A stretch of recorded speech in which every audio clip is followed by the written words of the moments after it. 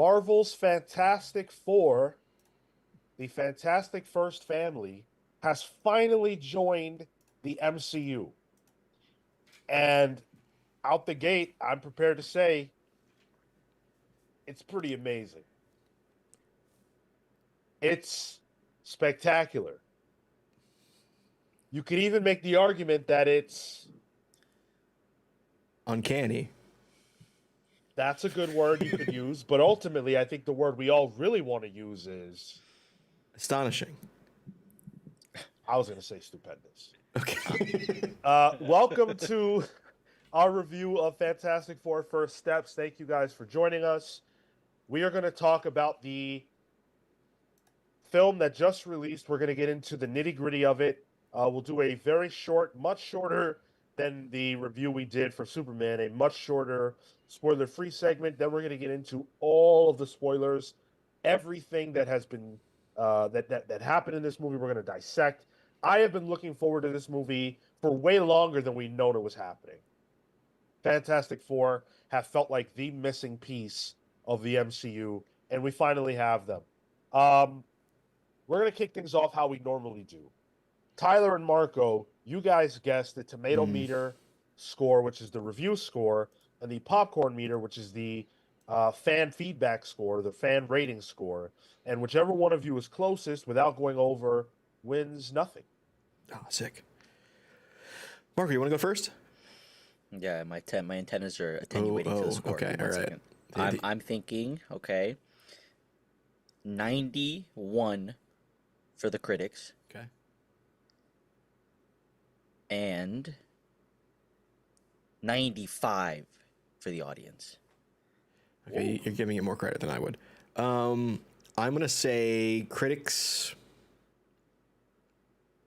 86. Fans 92. With 295 verified reviews, we have 88% on the critic side. Okay. And 5,000 plus fan reviews, we have 93% on the fan side. So Tyler wins. Dang. Eat shit, Marco. just a little over. Just Eat a little a over. fantastic turd.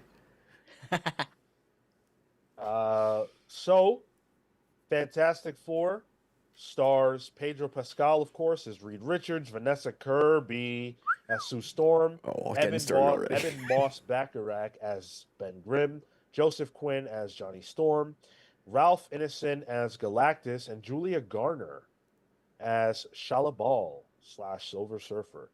So, without spoilers, this is an extremely faithful movie that doesn't require you to know anything about the MCU at all. This is a fast-paced, no frills, doesn't really waste your time movie that doesn't expect you to know anything at all. Coming in, it's got heart, it's funny, it's fun, it's got great action, tremendous cast. Mm-hmm. Seriously, between this and Superman, two of the best overall casts we've ever had for a Avengers Endgame type movie. This is insanity, this cast.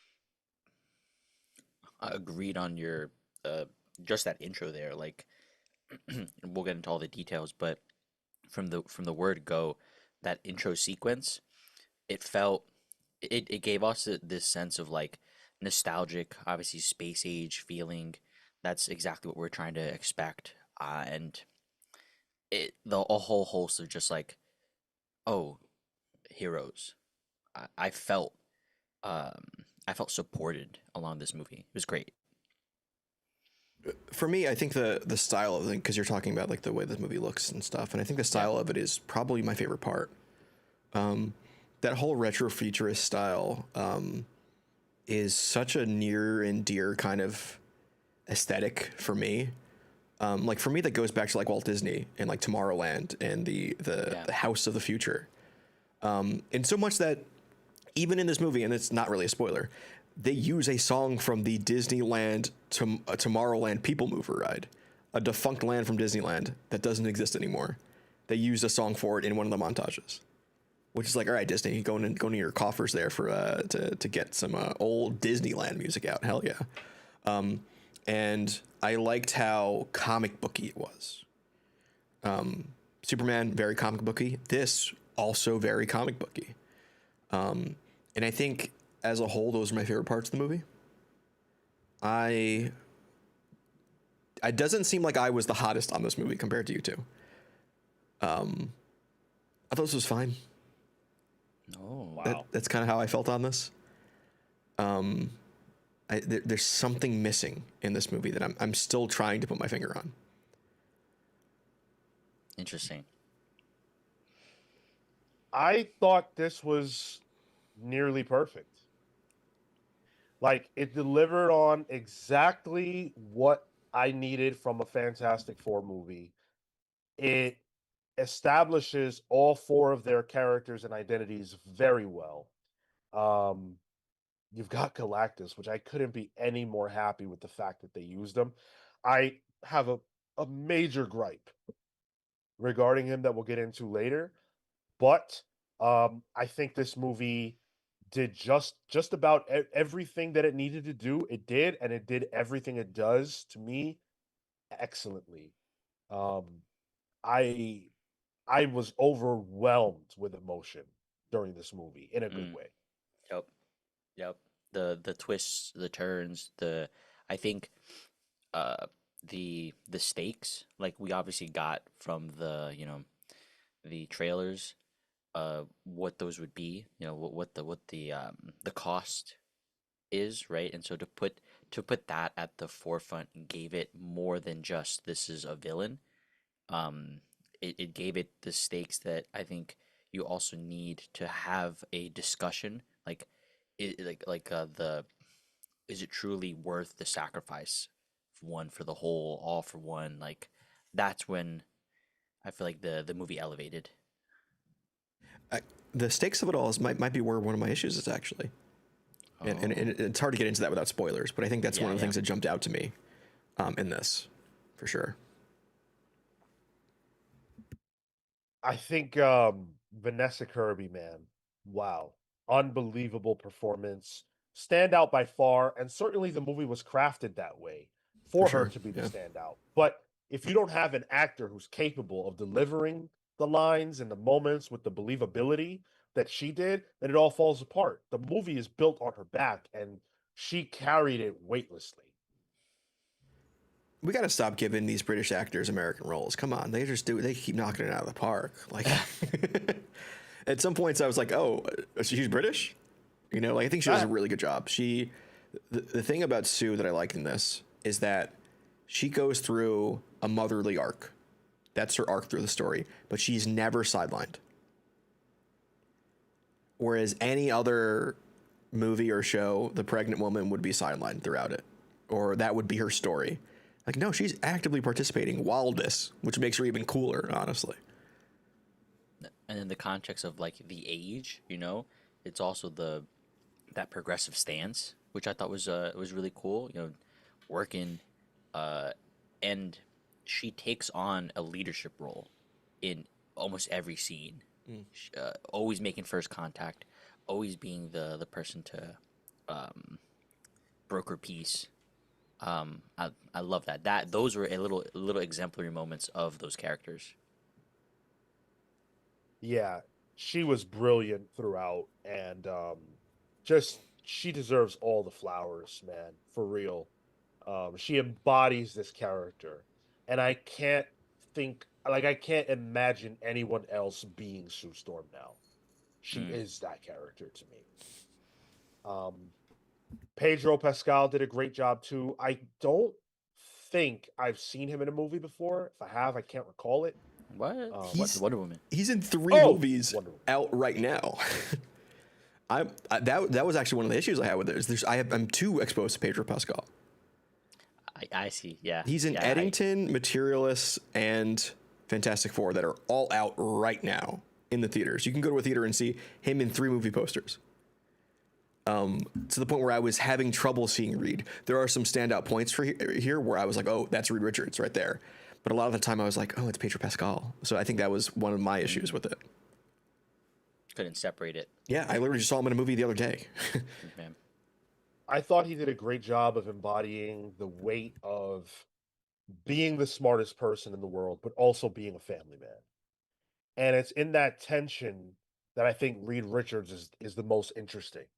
And because of the framing of the movie, he exists in that space throughout almost the entire film. And that's my Reed Richards. I love that. They nailed that part. Uh Ben Grimm, The Thing, fantastic. So good. Um there's a lot more to say with that character, I feel like. Sequels will do more with him, but the nuts and bolts were there. They were there. Same with Johnny. Yeah. Lovable, a little doofy, but heart and willingness to uh uh when the cards are on the table, he's gonna lay it down. I was the most worried about his casting and how he would be portrayed. I think they did their thing with him too. And they did the thing they're supposed to too. Like Johnny's got to be a little horny, you know. Yeah, a little. I was worried that they wouldn't include that because the actor had alluded to like some of that stuff being antiquated, but it's there. It's there. It's Yeah. there in like a romancy way, not a horny way. It's also a Disney Marvel movie, so he can only really go so far in that aspect. But he's attracted to an alien. They reference him being like her being the hot space alien many Right. times. Sexy. So yeah, like it wasn't really it was romance became the thing, but they were pretty clear that Human Torch is the hot one. Yeah, it wasn't raunchy. Sure. It Yeah, wasn't raunchy. There you go. Yeah, that's a good way to put it. I want to talk about spoilers. So score, you're like, what's your score? And then we're gonna spoil everything. Out of 5 for me, it's a fantastic 3. 3 out of 5. So we're at 6 out of 10 for me. Out of 5, damn, it's like a 4.8, bro. There was so little things that like I had gripe with, and we'll talk about it. It's an easy 9 for me. I I was there were multiple points during the film where I was just smiling for no reason because I couldn't even believe that I was watching the Fantastic Four be done so right. Like we have had 3 different, no, technically 4 different Fantastic Four movies, and all of them are fair to bad. None of them rise above fair. Booty. Yeah. This was like, oh shit, they went and got Stan and Jack's comics, opened them up, and then just put them on the page or put them on the screen. I couldn't ask for more. 9 out of 10. And I'm gonna see it again, and it might even go up. I loved it. Mm. I want to set up a follow up with when my girlfriend's back. Set up a follow up. You sound like you're getting ready for a meeting. That's what he does. He schedules it in the calendar. I do. Yeah, I don't doubt it. And then you'll be late for it. All right, so we're gonna get into full spoilers now. If you haven't seen it and you care about spoilers, then you're gonna want to drop off. I would love for you guys to hang out with us, but of course, we don't want to spoil anybody who wants things to be a surprise for them. So this would be the time to dip. Um, this movie's runtime is, I think, just shy of 2 hours. Yeah. It feels like that to me. If I thought it felt fairly short.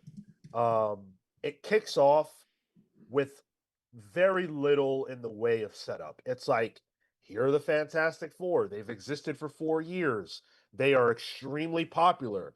The movie doesn't explicitly say it, but it tells you can use your context clues to assume they're the only heroes because everything that happens lives and dies on them.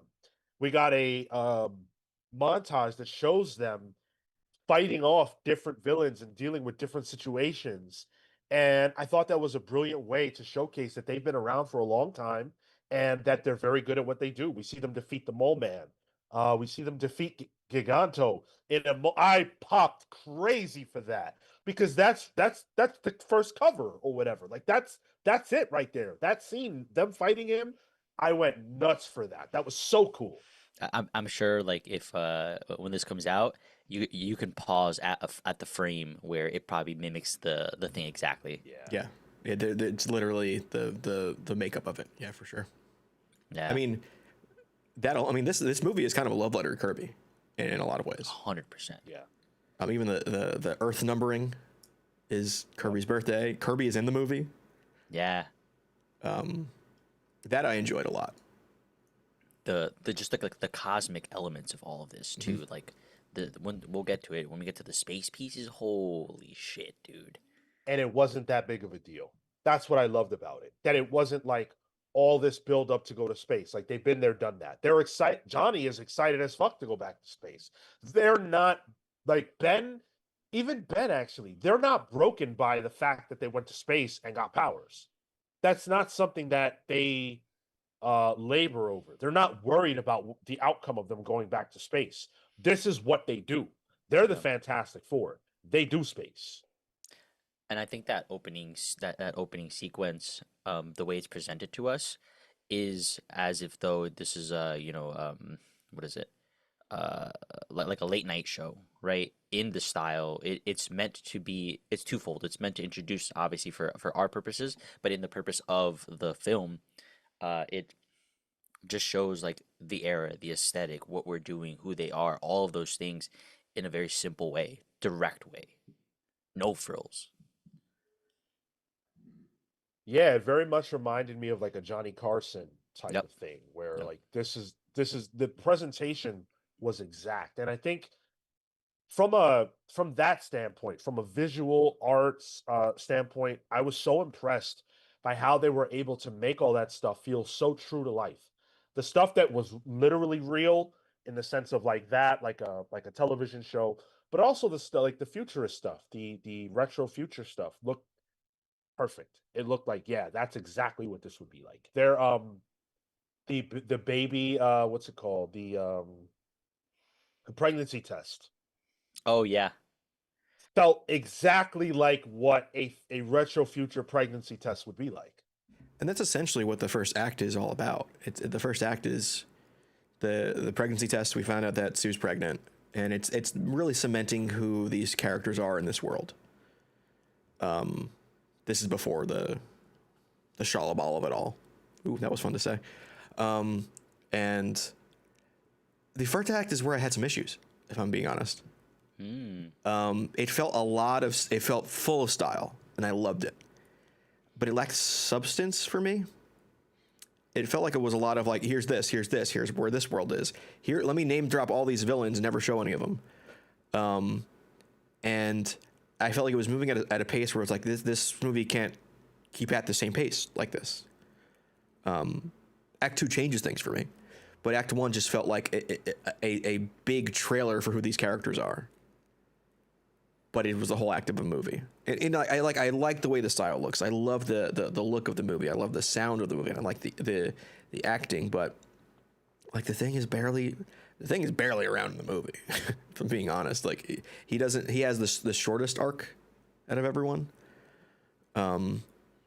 and I felt that, especially because like the thing is my favorite Fantastic Four character, so that kind of pulled me down a bit on it. Yeah, it just felt like table setting. Quite literally, one of the scenes is them setting up a table, and that felt like the theme of Act 1. I think that's where I was in. I liked it. I didn't love it. Interesting. I feel like to what you're saying about the table setting, like agreed that it is um, building the world so that these characters can exist in it, but it shows us how they exist in it. It shows how they interact and what Reed does, what Johnny does, the interaction with was it the little kids, on Yancey Street, right? Like that's who the thing is. It I think through all of those things, it builds the characters, and I think to your point, Ben has the shortest arc, the least development. But I think in what gets set up, probably the will become more. It will extend. I don't think you can set up too much time for all four of them in the same Yeah. waiting. But Um, but I can't base my judgment on the film about what possibly will come after the film. You know what I mean? sure, yeah, Like, so the thing, like, in based on like trailers and stuff, there was a lot cut for the thing. It looks like there was a whole, like, he's not even shirtless in this movie, but we saw No. him in the trailers being shirtless. The trailers had him with a dog at one point. So we know there was stuff of the thing that was cut, which is honestly a bummer. And I think C.W. Gordon says here, he says, this feels like a thing who was mostly resolved his arc. Yeah, his arc was that he was a little nervous to talk to a woman. He's more of a foundation for the rest of the Fantastic Four. But I think I would have liked more thing and kind of a mission statement on who he was as a character, which I don't think the movie actually gives him. I agree with what you said, Marco, that the movie establishes the characters by what they do. Because the movie's runtime is not long and there are so many people here, it focuses more on what they do. And so you get to know the thing through his feats and his actions, which I like. I thought framing the entire movie around, I didn't realize that the whole thing was going to be framed around Franklin Richards, uh, um, and Sue and Pedro having this kid. Sue and See, you Reed. can't not see Pedro. That's crazy. It's because it's because in Marvel Snap there's a new Fantastic Four First Steps card that's Reed Richards, but everybody calls it Pedro because there are two Reed Richards in the game. So one is Pedro and one is Is funny. a card called Mr. Fantastic First Steps? yeah. Yeah, I was wondering how they do that, and I don't like that. So I really like that framing a lot. I thought because these characters this is not an origin story. These characters aren't meeting each other for the first time. They are a family. Everything about them to each other is established. So the scene where they're at the dinner and Sue and Reed come late and they're late by 1 minute and Johnny and Ben are both like, what's going on? What is happening right now? Because they know each other so well. That's the kind of interaction that I wanted from this movie. These characters who are so connected to each other, they'd already passed all that shit. Ben does not hold a grudge against Reed for the fact that he's this monster. He already dealt with that. Reed and Sue are having a kid. They're way past problems that come around when you're young and in love. They're married and secure. I love the fact that we are finding these characters well into their lives. That was a stroke of genius, and I think that that made this movie feel very accessible right away, which I loved. We also, go ahead, Marco. Sorry. I think to that point, it also doesn't have to belabor us with all of that, right? Because that's precious runtime if you're having to establish that. And I think it makes more sense to get them to that point because then I think you have the makings of more emotional weight for like later. You can do more with that because you don't have to tread on their origin as much as you can think about what they're going to do next. Exactly. One of the characters who, for me, stole the show. Come on, it was obviously Herbie. Oh, You mean Wally? Herbie. He talks just like Wally, and I think it was fine. I think Herbie was great. Herbie was a lot of cute. fun. Herbie, like I love a robot so much, and a little cute robot who just helps the family. Like, oh my goodness gracious! And I was so scared they were gonna kill him, and they don't kill him. He's just a beautiful little robot with a fucking tape in his head. I couldn't have been happier. That was the perfect rendition of Herbie. The bit where Johnny like pets like scratches his head like a dog or a cat, and then Herbie has like just starts making a weird noise like he's purring in a way. I thought that was a great little touch. Because Johnny would be the one to like treat him like a pet, while Reed's just like, oh, it's a tool that can just use it for it's a screwdriver. Yep. Yeah, I thought that was a great way of showcasing those characters, without like showing it without telling us. You know what I mean? Right. But even like Sue, she knows that he's like a helper because Yeah. she walks into the room and, hey, what's Herbie doing? Setting up the bed. Why aren't you doing that? Like, is she? He's a family member for her. But even that, you bring up that sequence. That's another example of them not telling us. Not Sue doesn't say, "Hey, Reed, you know, you're a very smart person, but you have a problem focusing on your family. You should really work on that." No, they tell us that by having Reed not doing what he's supposed to be doing, and Sue saying, "Why are you letting the robot set up the crib for your kid?" In real life, that's something that happens where a to be mother says, "Hey, you need to set up this crib. You need to set up this crib." If you didn't set up the crib for your kid, you're not your wife is pretty pissed with you. That's going to be a problem. But you also don't have a robot that can do it for you. Yeah. You don't have the concern of what kind of kid is going to come out of your wife. What kind of monster, what kind of powers are they going to have? Like all these things that Reed is so worried about that it supersedes the immediate needs of the family, which is a tension point that always exists between Reed and Sue. And I thought they did in a way that it didn't feel forced. They found the ways to insert that drama into the film and they ran with it where it was appropriate. And they have moments like that throughout, right? Damn, we'll get into the fight later because that I love that scene where he thinks it through. Wait, which go ahead. Which The where he like weighs whether or not they should give up Franklin and he, like, right. because of course his mind's gonna do that. My mind did that, right? Like and that's what you're meant to do. Like that's what the movie posits for you is Reed is gonna think it through. He's gonna have those terrible thoughts, and the way that Sue responds to that, Vanessa Kirby was perfect. She like the rage that built up, the like disgust almost. I thought was phenomenal. That was a great scene. The bit I liked is when Reed is debating this, and he's talking to the baby, and he says something along the lines of, he's like, "I know there's something wrong with me," which is a very, I feel like, modern interpretation of Reed that writers like Hickman have gotten. Like before, Reed was like a super genius, and like that was his thing. Whereas I think a modern context of Reed is that he's a super genius, but maybe socially he's not all there.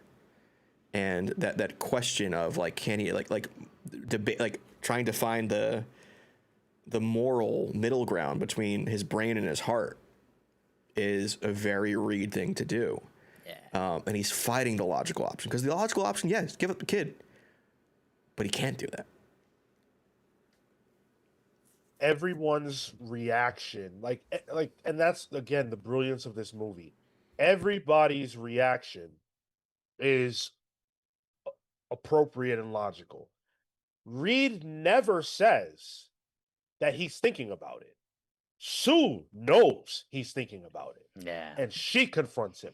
She's disgusted with the fact that that thought would even cross his mind, which is appropriate. Why would a mother be cool with that thought? But Reed has to have that thought. He has to let in every single dark, disgusting thought possible in order to solve everything. You cannot solve everything if you're not willing to consider everything. Yep. Love that. Mm. I struggle with that every day. Oh man. Yeah, like I couldn't be happier with the version of Reed that we got. Like they didn't go the direction of evil Reed, which a lot of writers are into, where it's like he's so smart that his intelligence always bends evil. It's like, no, I am a good man. I have dark thoughts because I have to. And I love my family, but I'm also a genius and there's a responsibility that comes with that no one can understand. And he has his morality, he has his ethics, and so like the thought and playing it out is all hypothetical, right? It's whether or not the action's taken, and I think that's where Reed really shines. Is his goal is to find another solution because Yeah. that it's just that's a non, not that it's a non-starter, because he went with it, but it's not an option. And I do want to bring up, because we're talking about the Franklin of it all, but the second act in space is the one that turned me to the movie. I was like, oh, I'm liking this now, because it was probably less than a 3 for me originally. But once we got into the space aspect of it, where we actually got to see the team dynamic in a more action oriented setting, I thought it was great. I thought it looked great too. I think the CG in some of the places while we were on Earth is a little spotty. The baby, whenever the thing was holding him, looked bad. Which, stop having the thing hold the baby then. If you have to do CG for it, give it to a human. And there was one scene with the thing where he was talking to Natasha Lyonne's character at Yancey Street, where I can see the green screen almost. Like I know it's not a green screen, but it was jumping out to me. The space stuff though was really good Marvel CGI. And that's where like it was kind of firing on all cylinders. It showed the team dynamic. Ben is the pilot. Reed is this, the brainy guy who has to come up with all the plans. And then Sue, she's having the actual childbirth during all this. I thought it did look great. Best depiction of Silver Surfer's powers that I've ever seen. She was actually surfing. Hell yeah. Which you can't even really do well in the comics. Like, it did something that the comics couldn't even really do. I really like the second act. It's great. Well, let's do details. So, they go to space because Galactus arrived on Earth, or rather, Silver Surfer arrived on Earth, and basically told them, "Yeah, your planet's forfeit. You're gonna be food for Galactus. Sayonara." And they chase her to space. That was crazy. Like I didn't realize that the movie was gonna go to space at all. That was not something that I was thinking about. It's not even in the trailers. When that happened, I was like, oh shit. They're going right to the source.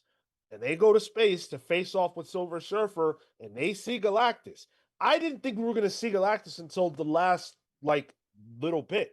So the fact that we saw him so early on, oh my god, dude.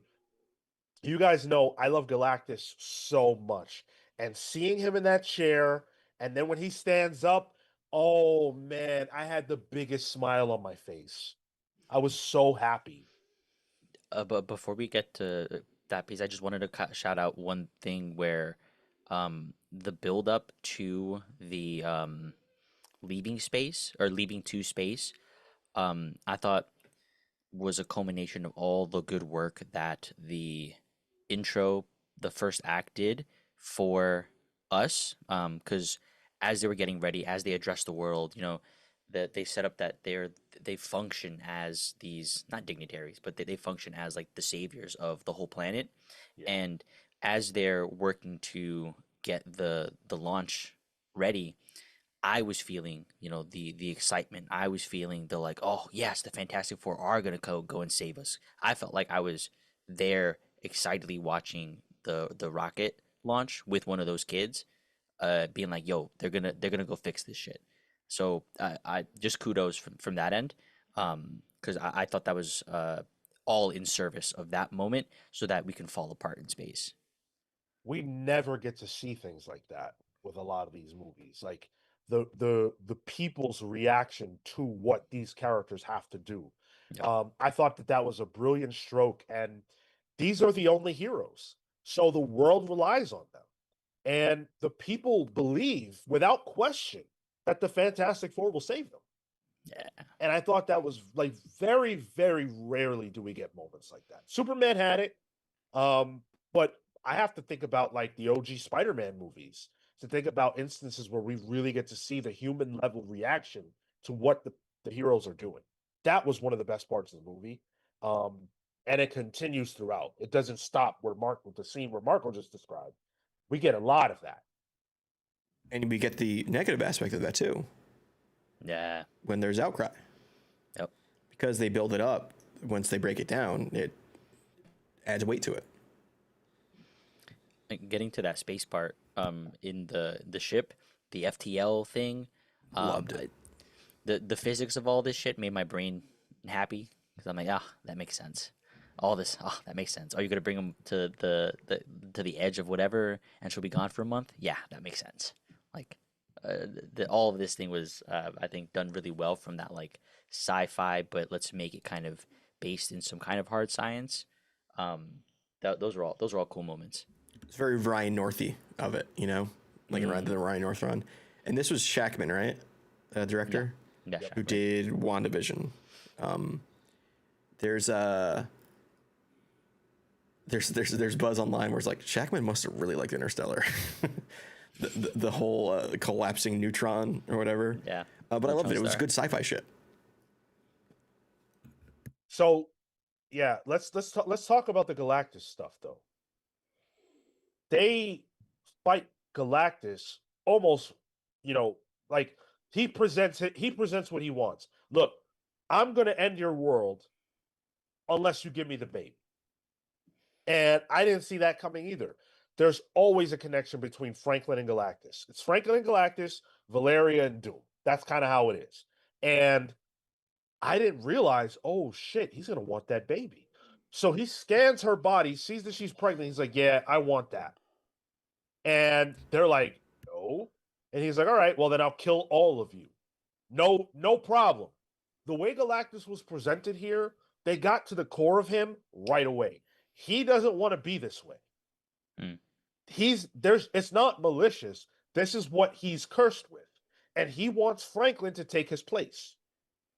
So that Franklin can be the new Galactus and he can be whatever the fuck. Be nothing, be a regular guy, whatever. And so the Fantastic Four are denying him his chance at freedom. And that also gives Galactus a little more to work with than just being a force of nature. hmm Because I'm cool with Galactus being just the force of nature too, but at least this gives Galactus his own wants, because he wants to be free of this. So I thought that was a pretty smart move to do. Even earlier in the movie when Silver Surfer first touches down and explains Galactus, they say, what does he want? She says he doesn't want anything. And so when you see him see Sue pregnant and he wants that underscores how important this is for him. Because we just heard he doesn't want anything. There's nothing this thing wants but that baby. And Human Torch ain't having it. He flew right into the sky and started burning this motherfucker. I Yeah, was like, oh shit. and they're such a good team. Like they represented that so well, where everybody knows their place, what to do, how to. Because like, um, well, even taking a step back, like as they're in the ship and they get that scan, and once the scan locks in on Sue's stomach, dude, my stomach turned. I was like, "Oh, fuck, what?" Cool. We keep going in, and then once they kick it into high gear into action, everybody knows their place. Everybody knows what they're doing. There's the moment where after Johnny starts burning Galactus, Silver Surfer starts following him, and he flies around a few times and he immediately gets into a position where the thing can slam her into a wall, because they've done this before. They know their tactics, they know their moves, they know what they're gonna do next. That was great. And we rarely get stuff like that. Like Mm, a lot of team up movies don't include team moves for some reason. And seeing them right away be connected and know how to fight as a unit, fantastic. Like practiced. shit. We've got a fantastic meter or a fantastic counter on the screen right now. And like personally, I don't want to contribute to it. I'm not trying to lean in. So I'm trying not to say that word, but I just fucked up. I'm not even sure it's accurate. I'm trying as hard to keep track of it. It's been tricky. But it's funny, like the team up thing is good. Yeah, you're right. And they even added one of the team ups from the movie to Marvel Rivals at the same time the movie came out, Mm. which I thought was a little corporate synergy going on. But they escaped Galactus, but the Silver Surfer chasing them down in space, that was insane. Getting to see how she was surfing and navigating, that looked cool as shit. We always see Silver Surfer surfing in open space, but in this, there was like other shit going on. So she was like riding waves and those close-up shots of just her face and her body on the board, keeping it really narrow, the shots, and seeing her twist and turn on the board. That shit looked phenomenal. She rides a barrel of space magma. Like, Yeah. this is rad. Space time itself. Yeah. Like when they're in that bubble, like the space time bubble, she's just fucking just riding that the inherency of the universe. Like what? Like, what is that's crazy, dude. That's Uh, insanity. the other thing I wanted to shout out about Galactus was when we see him, he's obviously has like robot parts on him, right? Like mechanical pieces, but some of those mechanical pieces have little lights, so that it looks like he's coming out of the shadow of space itself.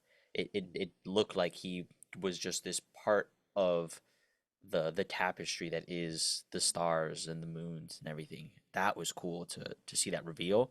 And how it plays into just like how menacing he can be. He's a force of nature. He just came out of the blackness of space. And Ralph Ineson's voice as him is so good. It's, I mean, I was expecting as much once I knew it was Ralph Ineson. I'm like, yep, that's the perfect casting right now, and he nails it. And I was watching interviews with him, because it is a hard role if you think about it, because he is like what how do you get into this character? You know, Sue has wants and needs. Galactus on its face before seeing the movie, I couldn't think of a want or need he'd have. It's to come at it from an acting standpoint, but that there's this slight desperation that Innocent has in this Galactus that is understated. Yes, it's this booming space guy voice, you know, and it's deep and it kind of like sends shivers down your spine. But as soon as he starts talking about Franklin, you can feel a kind of pressure there. You can feel a bit of a like how important it is to him.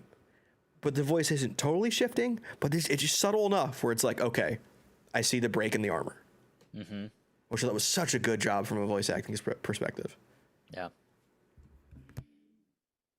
That whole I see a few people in chat saying that the chase sequence was the best part of the movie. I'm not sure. I haven't digested that question, like what's the best scene in the movie, but it was something special. And someone else said, Owen Harrison said the entire chase is one of Marvel's best scenes in a movie. I think I think I agree, actually, because everything about it is flawless. The CG looks great. It has every character doing something. Like everybody in that scene is doing something and they're doing exactly what you think they should do. It's also a moment of incredible tension. Sue's having a baby in space while they're being chased by some fucking crazy space alien on a surfboard that can go through their ship. Yeah. And they could die from the black hole. Never mind the crazy lady chasing them. They could get sucked into a black hole.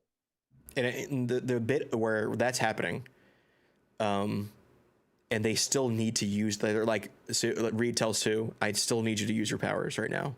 We need to go invisible. And she has to figure that out. And Reed's there calculating things. And you know, Ben's trying to like hurry him up. I thought there was just a great four-way dynamic between the two of like how each of them slots into their roles. Even Johnny being like the gunner, like sure, he's not human torching it right now, but he's still the attack guy trying to hold him off. It was good stuff. That was probably my favorite scene for sure. Yeah, agreed. Well, that entire sequence. Yo, and what a badass. Sue Storm had a baby in space. Like, was Franklin born in space in the comic? I don't know. I don't think so. No. I picture him on Earth for that. But also there's a bit where it reads like, Sue, we need gravity for you to be able to push. They never get gravity. How did she start pushing then? He holds her down. Yeah, and then like I guess she's using like force pushes inside her. I don't know. Comic books. Oh, and I like that when she was straining, she went invisible. You know, like all that stuff was happening too. That was to show how how intense of a moment that was. She's losing that control. It was like a weird way of showing contractions too, without showing them. You know, it was almost pulsating with the contraction she was having. Great. Yeah, that was just phenomenal stuff. Really the high point of the movie. And then after that, they go back to Earth, and I thought Reed Richards did the dumbest thing ever.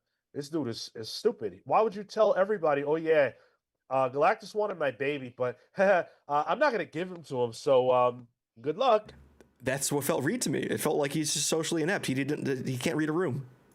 Yeah. That felt like, a for me, a weak moment. Like, obviously he would have an understanding of what that would mean for the populace, irrespective of whether or not they solved it.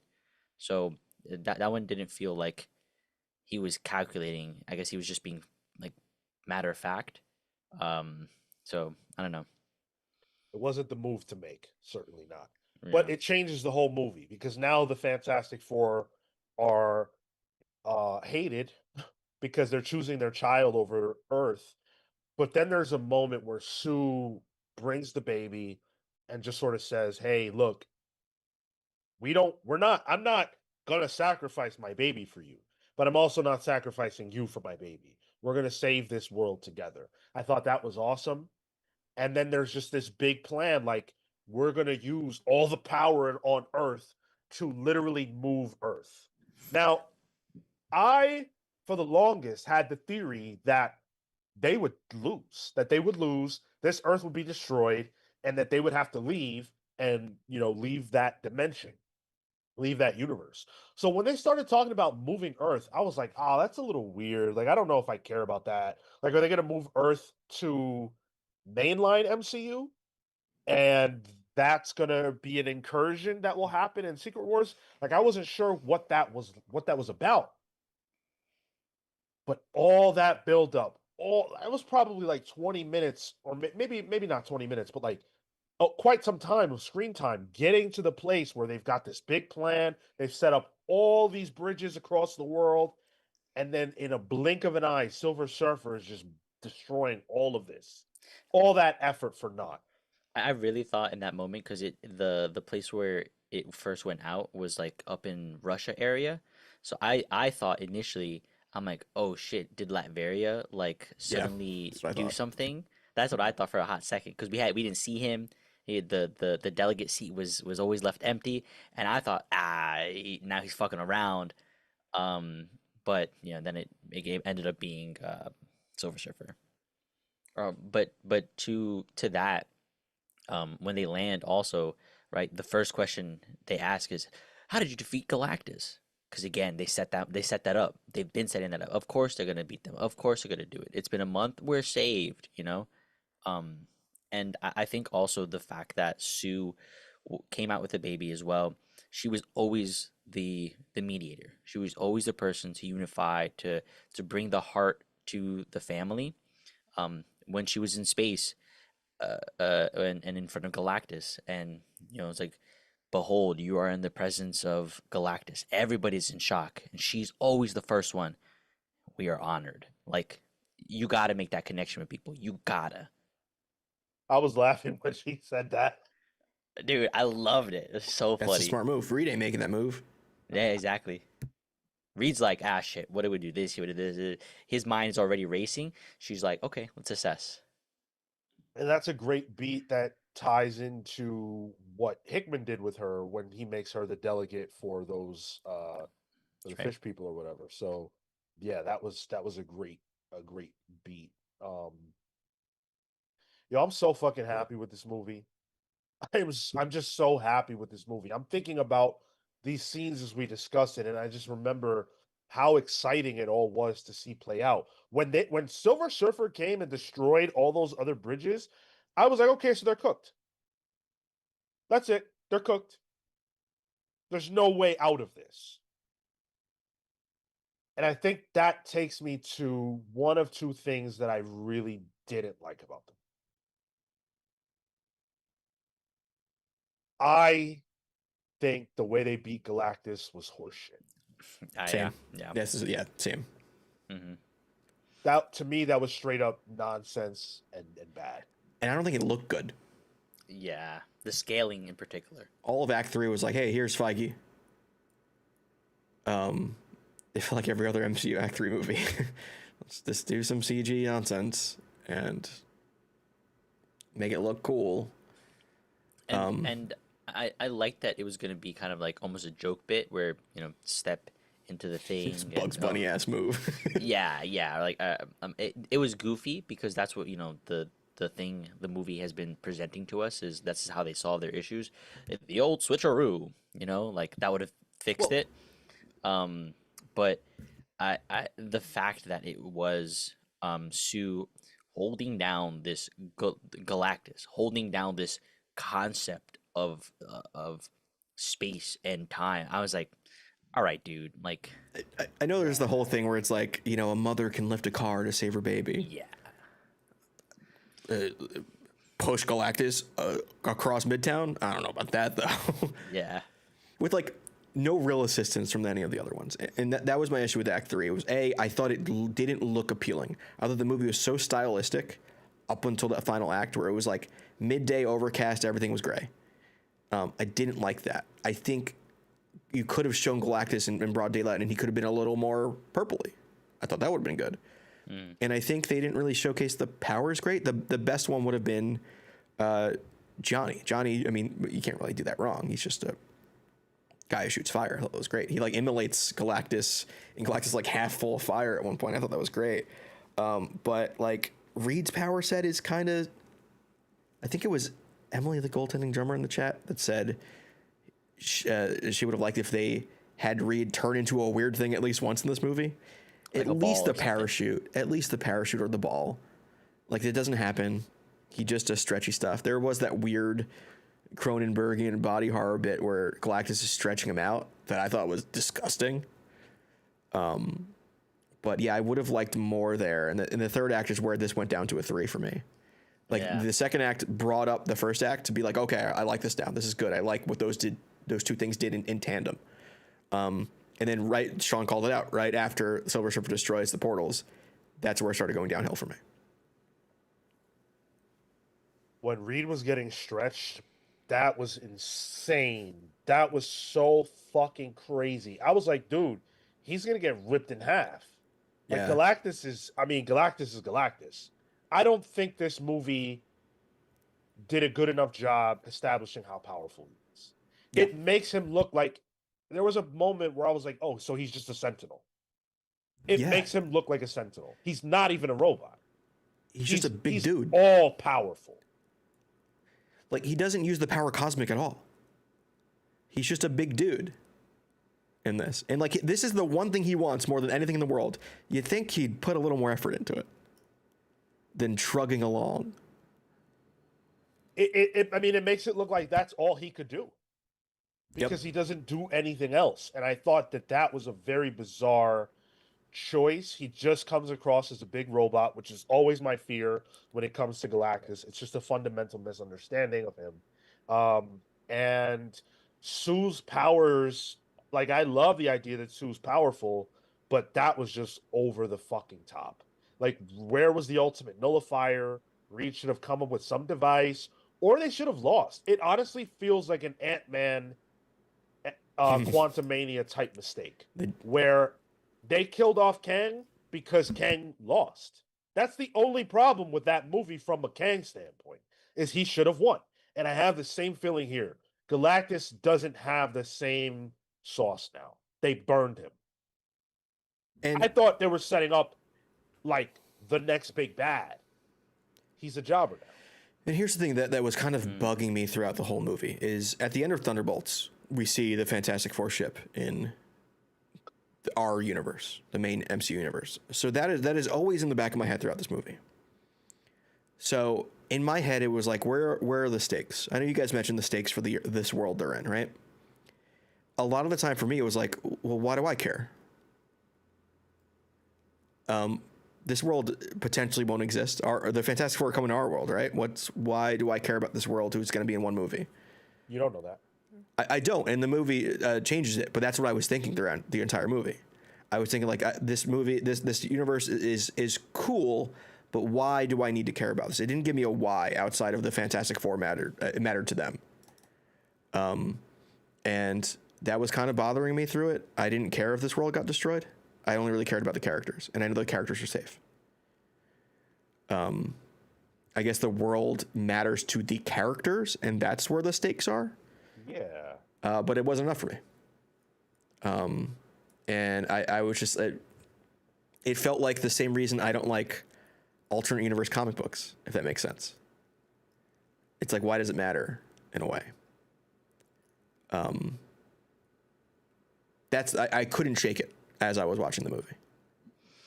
I thought one of the I guess I hear that like in that they um if this world was going to be like an incursion or something like that, then we would only keep the Fantastic Four. I thought that they were actually just going to bounce, like they were going to teleport out. Yeah. I thought it was just going to be them, and Yeah. somebody was going to be selfish, and that was the thing that they would have to deal with in like another the next film. I thought, oh shit, there's only one teleporter. Well, we evacuated everybody, so guess it might as well be us. They even mention it in the movie. I think one of the reporters brings it up or something, or someone brings it up like, why can't we can just leave? Yeah. Dude, the entire concept of we'll move the Earth is like we'll push Bikini Bottom somewhere else. Yeah. I don't think it works like that, buddy. Also, like, he had trouble with an egg. What made him think he could do it with the whole world? That was that I did like that. It was still Typical was like Reed that little hokey confidence. bit, like comic booky. I have it down. He said it. He said it. He has it down. It's just scale. Yeah, I think it was going to work. it might have. It was. Yeah. That's the cool thing. That, like, regardless of how nuts it is, it was going to work. It shit looked like it was working. And I love that. Like, that, again, it's like Reed Richards can do that shit. Sue Storm can have a baby in space while fucking using her powers to make them invisible in the ship. These characters are busted. I just thought that Sue beating Galactus was a bridge too far, and it felt more like that's what they needed for Sue Yeah. to resolve her story, I guess, than what made the most sense. Like looking at these characters outside of, And they needed to do it to show Franklin's power set too. Right. Yeah. That broke me down. That broke me down. When she dies and they're all crying and they put the baby on her, and now, like because Galactus told them earlier, your baby's lying to you. This baby is way more powerful than you realize. And Franklin's crying, but he's reaching for his mother, and he won't stop. And Reed puts him down, and he crawls on his mother, and she's healed. And like we all knew that was what had to happen because they're not killing Sue. But seeing that happen, and then he stops crying and he just starts clapping. That was the pop off moment for my entire crowd. When Franklin started clapping, my crowd went crazy. For me, that made me realize I hate babies. What? I didn't like that bit. I saw the CGI. I was like, oh, it felt hokey to me. Yeah. It wasn't. I wasn't feeling space. it. That was Yeah. the one part I felt like I noticed the CGI. Creepy baby face. They should have had the American Sniper baby instead. I don't know. The really, really bad prosthetic baby. Did your guys' movie theaters pop off at that scene? You said Sean, yours did. Yeah. Like Yeah. people were like cheering and shit. Yeah. God, I hate that about. Yeah, I don't like it either. My theater didn't do it though. Yeah. Twilight So- Baby is best CGI baby. Gross. The world is saved, and the movie ends. I was very surprised that they just saved the world and that's it. I came into this movie firmly believing that was not going to happen, and so it begs the question: what's next? 4 years later, the movie jumps ahead after we get the credit, the bit of the credits, and Sue's with the baby reading him a book. She steps away, comes back, and who is with that baby but Doctor Doom? Very brief, very, very brief. You don't see a face. It's not. We don't see Robert Downey Jr. And I'm very confident it was not him there. but it was Doctor Doom. Mask off. Where do you think this goes? That is the question. I have one theory, and that it's what does Doctor Doom love to do? And that's prove Reed Richards fucked up. I think that Doctor Doom might have realized that Galactus got sent not somewhere farther, but somewhere else. And I think Doomsday is Galactus on the MCU. And then that's why they go back. They go to the mainline universe to warn them, like, hey, we fucked up. Sorry. This guy is here, and now he's pissed off. And maybe we can actually get a shot 3 at Galactus, maybe. And the bridge is a bridge between dimensions. Yeah. Yeah. And Doom realizes that he can, maybe he realizes he looks like Tony Stark or something. I don't know. But I think that's where like Doom capitalizes on that. And then maybe steals a power cosmic for himself and rewrites things. Or Franklin could be the cosmic cube in this sense. Has the power to it, yeah. Rework. So, what is the biggest Doomsday that in Marvel Comics? It's Galactus. Here there be Doomsday, right? Isn't that the text on that Galactus cover when he first shows up in the Kirby comics? Sure. Yeah, that was my immediate thought about. Good point, Gordon. That was my immediate thought, but I still have a lot of questions because does that mean that the main Earth that we're used to doesn't have a Galactus? That would be a weird one. Isn't Galactus a universal constant? There's only one? I don't know. Yeah, in the comics, there is no multiversal Galactus. There's only one that spans throughout the multiverse.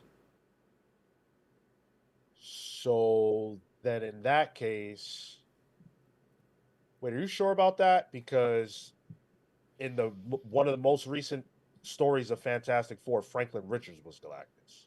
That was a future Galactus, though. I think he does take over the mantle. I think that was the history, Mark Waid's history of the Marvel Universe, where it talks about like he takes over the mantle and becomes Galactus eventually. That wasn't the future. That was another version of reality in which the Fantastic Four didn't have their powers. I'm talking about Ryan North's run. That wasn't the future. Oh, you're talking about Ryan North's run. I don't remember. I have here. There should be multiple Galactus Okay. entities. I thought this was something Al Ewing set up in his Ultimates.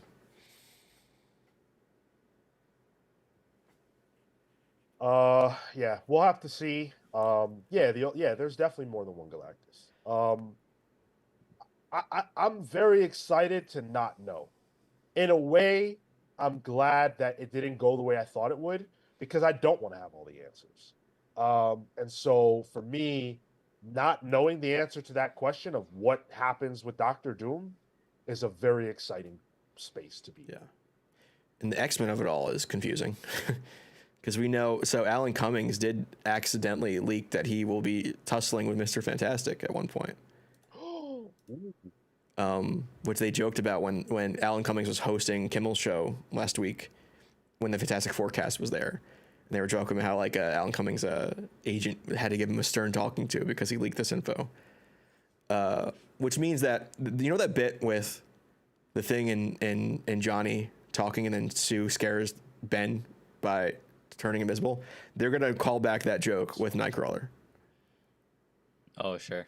Him just popping out of nowhere and scaring the Thing. Like, that's going to be a recurring joke, I think. That was a good scene. But like, I don't know how that falls into my theory with Galactus. How did this fucking Fox incursion X-Men universe? Like, I don't know where this is going. I think we're in for a good time. I feel like the MCU, we can all agree, there were some pain points throughout the last few years. And we know that those pain points really started once the mandate came down from on high at Disney to make more stuff. Now that mandate is lifted, now that they are slowing down and pulling things back, these are the kinds of films we're getting. Thunderbolts and Fantastic Four are projects that post-date the mandate being lifted. So we see the CGI was much better. The storytelling was much better. Um, Everything feels more along the lines of the quality that we had come to expect from the MCU. So to me, that gives me a lot of confidence. Deadpool and Wolverine was like, all right, cool, this is great. But it wasn't like MCU was back. Thunderbolts and Fantastic Four, that feels much closer to what we have come to expect. So I am trusting Feige. I am trusting the creatives over there. I have very high hopes and expectations for the finale of this phase. And what do we have next? We have Spider-Man: Brand New Day, and then right into Doomsday. Yep. Is Doomsday not first? No, I think Spider-Man's first. Spider-Man would be around August or September of next year, I think. And then Doomsday in December. Yeah. And then Secret Wars in December of 27. Yeah, I think that's the order of operations there. December of 26 and then December of 27, yeah. This is, I think, where my bit of apprehension comes into play in terms of the grand MCU scheme of things, because I don't think Spider-Man's going to touch any of this. Spider-Man's going to tell its own story. Maybe a post-credits will show something, because we don't even know if he's going to be in the Doomsday. Not confirmed yet. I can't imagine he's not in it, but not confirmed. And that means that Doomsday has to explain everything that's going to happen and contextualize everything. So I'm afraid there's going to be a lot of read exposition and a lot of having to table set again for Doomsday of what's going on, because it's going to have to catch people up to speed. Why? Because I watch these movies and do a podcast, and I'm having trouble keeping track of where things are going to go. Where's that going to do for the average person? I mean, keeping up with where things are going is different than knowing what came before. Knowing what came before is not a tall order. And none of the other big movies have wasted time establishing everything that came before. So I don't really think that's a concern. Well, they didn't do it for Infinity War or Endgame. I mean, yeah, on a smaller scale, they didn't even do it for like something like was Marvels, Yeah. with whatchamacallit? Kamala Kamala. Khan, and yeah. No, that's right. The Bengal stuff. Yeah, that's a good point. Oh yeah, Blade. I remember that. That's supposed to come out. Chat. What are your thoughts? We told you our thoughts. We gave you our review. Where are you at? How was Fantastic Four First Steps? I know a lot of people have been commenting. We see them all, but obviously we needed to do our little wrap here about the movie. So if you've stated something that you wanted us to see, say it again. We'll hang out here for a few more minutes. We actually do have more Pals-related stuff to film that isn't live, but we'll hang out for a few more minutes with you guys since you've been so lovely and read some of your comments. Question for you guys. Yeah. We got 3 Marvel movies this year. Brave New World, Thunderbolts, and this. Which one's your favorite? This. Okay. Easily this, yeah. It's definitely Thunderbolts for me. I loved Thunderbolts. And as I think about all 3 of these movies combined, I forgot Cap came out. Yeah, you said that right now. I was like, what movie? Oh, yeah. I enjoyed Cap a lot, but it's not on this level. Not certainly not. Gavin Guidry says we haven't even talked about the Kirby of it all. Yeah, dude, there was a lot of Kirby, a lot of allusions to Kirby, he's in it. There's direct mentions. I loved all of that. The tribute, yeah, Timely Comics. I did notice that. Yep. A lot of the other stuff I didn't with my own eyes in the moment, but I did catch Timely Comics, and then also the Earth designation 828 being his birthday, and then after the credits rolled, they actually put a quote in from Jack Kirby, and I really loved that they got that in there. A lot of people won't know, and that's all right, I guess. But for those of us that know, that was special. When Shia LaBeouf shows up at Times Square, that's when they show two people reacting, yes. And they sort of look like Lee and Kirby, and then it shows the other angle of their room where they're in, looking out towards Times Square with their backs facing the camera, and you can see the Fantastic Four art, like the original pages. The comics. And I was like, oh, it's fucking cool. Kirby and Lee. That's fucking great. Loved it. Marowak Oscuro, I like it, but there was too much green screen. I don't think there was a real scene anywhere. They didn't film it in space? What? Diane, what the fuck, Marvel? Whoa, I thought this was on Do- location. Do they even use the green screen anymore? It's the blue screen, or what do they call it? Not the void. It's like the room, right? Yeah, the room with the big screen, you know? Yeah. I forget what they call that. The Mandalorian like was the one that like pioneered it, and now I think everyone's using it. C.W. Gordon, it's more wild that Doomsday will be the first time most of the current mainline characters will be meeting. That's a very good point. Yeah, and that's part of where my apprehension comes in. It's like having to establish the MCU of it all in one movie. Maybe because I was reading what Emily, the goaltending drummer, said here. I definitely was hoping they'd be able to find something like the Ultimate Nullifier. I always like the idea of Galactus and Reed finding some common ground, and then having a tense but cordial. Maybe that's where that starts to come into play. Like that they had invented and built it, and they have to find ways to be able to use it to finally get rid of him. Hot take. I don't see a reason to go back to Galactus. He lost to Sue Storm. What the fuck is the point? Jobbed out, buried. And also, like, hot take, I'm not a fan of the Ultimate Nullifier. It's literally a Deus Ex Machina. Yeah. Like, it's fine for a comic book because you got to wrap it up in a certain amount of pages. But when you got a movie, like, I don't know, write something. And then Matt Fisher here with the $2, I think purposely trying to trigger Sean on this one. What is going on with 102 and X-Men? Well, you got to pay attention because he's been asking this question for like 3 weeks. Yeah. Matt Fisher, who fucking knows? I don't read X books anymore, so I don't know. And One World Under Doom, unfortunately, I do still read that. I don't want to, but I do. And Doom's, it's One World Under Doom. That's all you need to know. He's got to be trolling you at this point. Gotta be. C.W. Gordon, at least he didn't lose to ants. Yep. Oh, God, don't remind me of Quantumania, man. That's such a bummer of a movie. Owen Harrison, apparently they named Ben's love interest in the film after Kirby's wife. Yep, Roz. Oh, Yeah, her Cool. name's Roz. cool. I'm a big Natasha Lyonne fan, except all this AI stuff she's been doing lately. I don't know. I simply do not see it. Butterverse. Not sure if you guys answered this, but it feels it needs to be asked. Fantastic Four versus Superman for superhero movie of the summer, and Herbie versus Crypto. Herbie clears for me. Wow. I've yet to see Superman. I'm waiting for Jade to come back. Okay. They have a double feature planned. I am surprising myself, but it's Superman and Crypto for me. I came out of Superman grinning ear to ear. I came out of Fantastic Four ready to get to my car.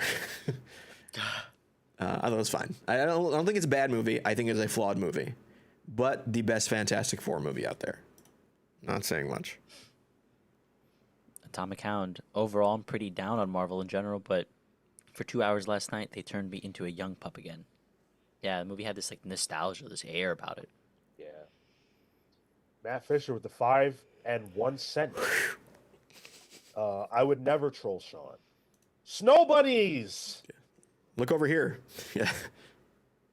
Thank you. I mean, Matt, if you're paying to troll, keep going. Pay on.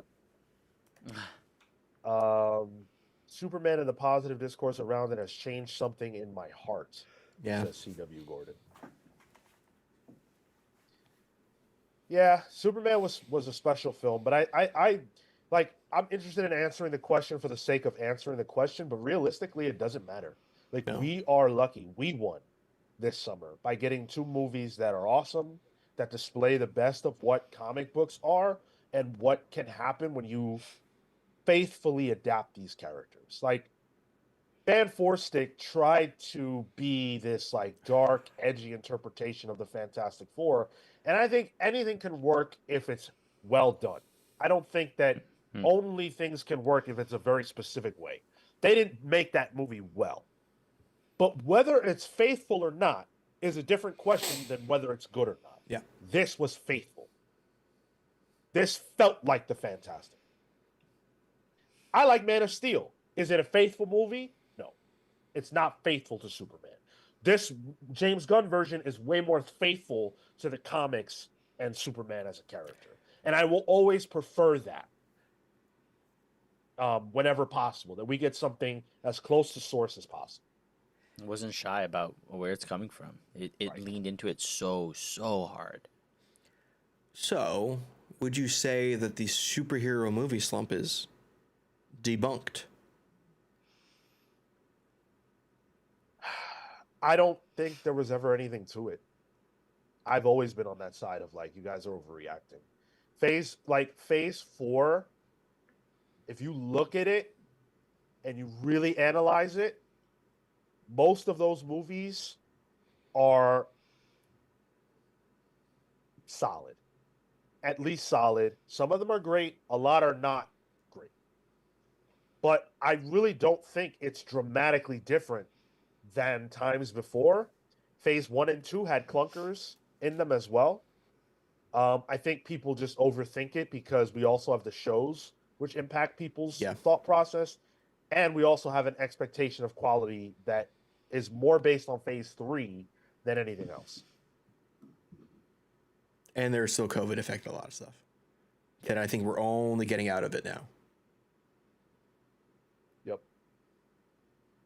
I agree. Yeah, I agree completely with Gavin. Captain America 4 was the worst of the bunch, and even that was a lot better than the haters give it credit for. 100%. I believe, as I have believed, that there's a vested interest in hating what Marvel puts out, and there are some people who will never like this stuff. But if you're inclined to like it, like, what has really come out that's been dreadful? Like, have we ever had, like, has there been an MCU movie as bad as Fan 4 Stick? Quantumania was pretty bad at some points. but this is all subjective, you know? There's no objective truth to this, other than it makes money. Yeah, exactly. Like that era of films that we got that Gavin is referring to, that's bad. That's bad. There has not been a Daredevil. There hasn't been an Elektra. There hasn't been a Catwoman. Nothing close to that level of quality has come from Marvel ever. Yeah, nothing's been as good as that Daredevil movie. Oh, yeah. I like that Daredevil movie. I don't care. I think it's a good movie. And I liked Ang Lee's Hulk, too. So, Gavin, come at me. The other half, I'll give you that. Oh, Love and Thunder. I forgot that was a movie that came out. Oh, my God. Is that your stinker? If you had to give one? That's my least favorite. Yeah. Yeah. Wow. Like, out of all of them? Out of all of them, yeah. Wow. Is it the double whammy of it being gore and Christian Bale and neither of them work? It's actually the Taika Waititi of it all. I can't stand him now. Too Taika. Like Thor Ragnarok was cool, but it had some things I didn't like, but I accepted it because I thought the overall craft was really high. Thor Love and Thunder is an example of somebody getting high on their own supply and just loving the smell of their own fart way too much. Don't worry, he's going to be doing a Judge Dredd movie soon. And I will not watch that.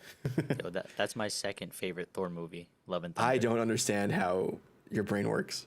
I love that movie. Ragnarok number 1, that number 2. Out of MCU movies in general or Thor specifically? No, Thor. Oh, I think Love and Thunder is even worse than 2. I definitely agree. I think 2 is overhated, honestly. 2 at least had Darcy, dude. Like, yeah, exactly. Yeah, how do you cut Darcy out of the movie? Come on. X2 being the worst of the X-Men trilogy? Who the fuck said that? Who? What? That's reverse. That's a crazy statement. I like X3, but I would never defend it. Like, certainly not over any of the other in the trilogy. It's 2, 1, 3. Yeah, I think it's the universally accepted ranking of those. Yeah. Yeah. CW Gordon, I prefer the fantasy Dark World Thor stuff, but that's my Same fantasy taste. Yeah. Yes. I think Thor 1 is still like it's still the Yeah. best to me. Kenneth Branagh killed it on that. The Thor 1 is very much my era of Thor, which is like JMS Thor. Yep. Yep. Exactly. Matt Fisher with the 10th spot. In all seriousness, I enjoyed this. Michael Giacchino's score was great. We didn't talk about that, but yeah, totally, Yeah. you're right. The acting worked and the effects weren't a giant cloud. Thor Love and Thunder wasn't amazing, but again, the score kicked butt. The Giacchino of it all is great. I mean, Giacchino did the score for Incredibles, which is a Fantastic Four movie. Also directed Werewolf by Night, if you didn't know that, Marco. And yeah, I think it's one of it adds to the style of the movie that is still my favorite part of the movie. It only solidifies that, and yeah, man, I Giacchino's one of the goats. He was a score for the Batman as well. Also writing a Marvel comic this October, November. He's doing Werewolf by Night. He's writing the Werewolf by Night like one shot or something. Man's is Busy. many talents. He's busy. Tenant Stats says, all year I was expecting to be disappointed by Superman and love the Fantastic Four. I was pleasantly surprised by Supes, but I feel Fantastic Four was exactly what I was expecting. They give Superman 4 stars and Fantastic Four 4.5 stars. Nice, yeah. Yep. I have Fantastic Four like a half point better than Superman from me. We just increased the fantastic counter exponentially in that past 4 seconds there. Thanks. Any more comments we need to get to? We gotta go. Holy shit, it's late. Yeah, man, I'm starving. You're gonna have the shortest Pals previews coming. Yeah, we gotta get the fuck out of here. Emily says the Fox X-Men movies were generally terrible adaptations in terms of fidelity to the source, but they had some quality movies which at that time mattered more than accuracy. Do you guys have a favorite of those Fox X-Men movies?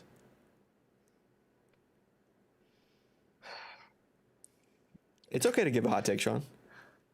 First Class. First Class is my favorite. This is such a hard conversation to have. I fucking love X3, dude. Really? I Even love what it does X3. to your girl? I love X3 because of Dark Phoenix and because of the opening sequence with Angel, which I still think is one of the best scenes in an X-Men movie ever, where he's in the bathroom fucking cutting his wings off. I love that movie. It is not good, but It's I love fair. it. Yeah, it's fair to like a movie that's bad. I think if I had to tell you the one I think is best, like just quality, I guess, maybe Days of Future Past. Really? Oh, okay. Yeah, That's one of my least favorites, honestly. because it has real Sentinels. Yeah, that's Yeah, true. It's not. Yeah, it's definitely not the worst. It's not bad. It's pretty good. But Sean, how do you like X3 for what it does to Cyclops? I accepted that because he wasn't going to be in the movie. He there was a scheduling conflict. He just fucking had him. What was he filming at the time? Superman Returns. Oh, I forgot he's in that. Yeah. Yep. Yikes. X3 was garbage, dude. I'm not here to tell you that you're wrong. I'm only here to tell you that I enjoy it. I could watch that movie right now and have a blast. Matt Fisher with his ranking. X2, First Class, Days of Future Past, X3, Age of Apocalypse, X1, and then what is DF? Dark Phoenix, which No. it's supposed to be should be DP. No. What is DF? It's the only other one that came out. Oh yeah, I forgot there was shit. I forgot the Dark Phoenix movie was a thing. Yeah. Wait, what? Jeez, yeah, it was after Apocalypse. Oh shit. I thought Apocalypse was hot ass. Yeah, but I really like Dark Phoenix. Dark Phoenix has to me the best X-Men action sequence ever that we've gotten so far on screen, which is the Brotherhood versus the X-Men. I thought that was insane.